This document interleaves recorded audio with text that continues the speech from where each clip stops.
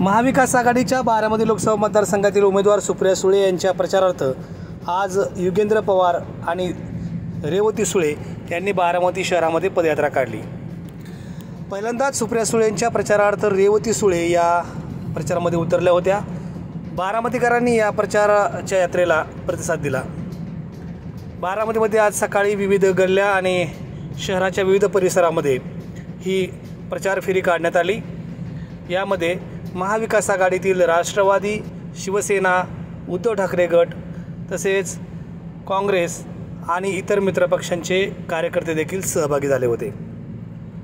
बारामती शहरात आज सकाळी ही रॅली काढण्यात आली आणि जवळपास 2 ते 2.5 तास शहरामध्ये ही रॅली काढून नागरिकांना मतदान करण्याचं आवाहन करण्यात आलं।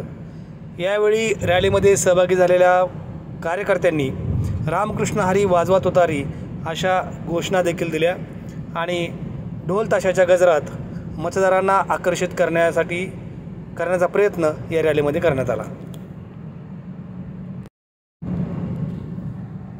बारामतीचे माजी नगराध्यक्ष सदाशिव सातव यांच्यासह शिवसेनेचे जिल्हा प्रमुख ॲडव्होकेट राजेंद्र काळे आणि इतर पदाधिकारी या यात्रेमध्ये सहभागी झाले होते। यावेळी शहराच्या विविध भागात मतदारांना महाविकास आघाडीच्या उमेदवार सुप्रिया सुळे यांना विजयी करण्याचे आवाहन या पदाधिकाऱ्यांनी केले। या प्रचार रॅलीमध्ये युगेंद्र पवार यांनी मतदारांशी संवादही साधला। सुप्रिया सुळे यांच्या कन्या रेवती सुळे या पहिल्यांदाच या रॅलीमध्ये सहभागी झाल्या होत्या। त्यांनाही मतदारांनी